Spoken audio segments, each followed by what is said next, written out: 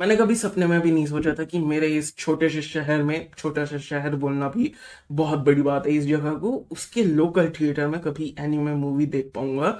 लेकिन today is the day जहाँ मैं आज अपने लोकल थिएटर में डिमन स्लेयर इन्फिनिटी कासल देख कर आ रहा हूँ। हिंदी डब में। हिंदी डब में क्यों? क्योंकि इस शहर में एनीमे मूवी लग गया, वही बहुत बड़ी बात है। जापानीज मूवी मांगना कि जापानीज ओरिजिनल डब में मिले, वो इट वुड बी टू फार। लेकिन मैं देख सकता था, लेकिन उस चीज के लिए मुझे 80 किलोमीटर, एक्चुअली 85 किलोमीटर, 85 किलोमीटर मुझे जाना पड़ता और 85 किलोमीटर वापस आना भी पड़ता। और मैं इतनी मेहनत डीमन स्लेयर के लिए तो नहीं कर रहा हूँ। डीमन स्लेयर के लिए इतनी मेहनत नहीं हो पाएगी मुझसे। ये तो किस्मत की इसी जगह पे लोकल में ही मिल गया हिंदी डब की बदौलत, वरना तो मेरा जाना ना जाना वो भी कंफर्म नहीं था।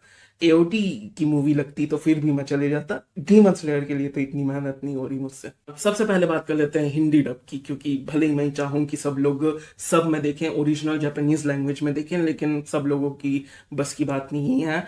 धीरे धीरे शायद उनको लग जाएगी ओरिजिनल में देखना ज्यादा बेहतर है, लेकिन अभी तो हिंदी में ही देखेंगे। तो मेरे हिसाब से हिंदी डब बस ठीक है, काम चलाओ, कि हाँ ठीक है, अभी काम हो जाएगा, लेकिन उतना कुछ खास भी नहीं है। लेकिन मुझे एक आवाज, एक डबिंग आर्टिस्ट की आवाज बहुत बढ़िया लगी, और उन्होंने डब किया है अकाजा के कैरेक्टर को, और उन्होंने सारे इमोशन नील डाउन किए हैं। उनकी आवाज बहुत बढ़िया से शूट हो रही थी अकाजा के कैरेक्टर को। और सबसे बढ़िया काम मुझे उनका लगा जिन्होंने अकाजा का डब किया है। बाकी सबसे बुरा मुझे लगा जो बटरफ्लाई वाली, क्या नाम है उसका, सिनोबू और मित्सुरी, इन दोनों का सबसे बेकार लगा मुझे डब।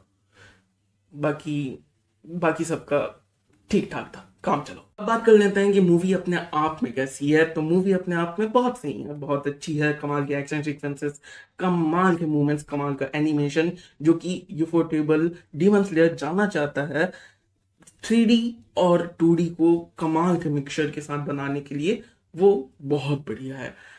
लेकिन जो मेरा पर्सनल बायस है, एंटरटेनमेंट डिस्ट्रिक्ट आर्क का जो पीक है, जो हाई है, जिस हाई में उस मूवी ने, उस मोमेंट ने, सीजन 2 के उस मोमेंट ने पहुंचा दिया था हमें, वो ये मूवी नहीं पहुंचा पाई। कम से कम मुझे मुझे उस लेवल पे सेटिस्फाई नहीं कर पाई।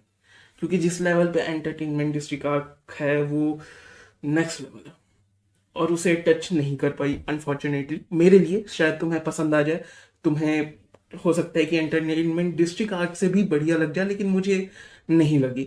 हालांकि फिर भी मैं रिकमेंड करूंगा, क्योंकि ऑब्वियसली डीमन स्लेयर की मूवी है, तुम उस एनिमेशन को इतने बड़े स्केल पे मिस नहीं करना चाहोगे, और मिस करना भी नहीं चाहिए। और कहानी तो तुम्हें पता ही है कि सारे डीमन स्लेयर्स आ चुके हैं इन्फिनिटी कासल के अंदर, और हम अपने फाइनल आर्क में हैं। अब सारे लोग बढ़ चुके हैं, कुछ दो की जोड़ी में लड़े जा रहे हैं डीमन से, और कुछ सोलो ही लड़ रहे हैं।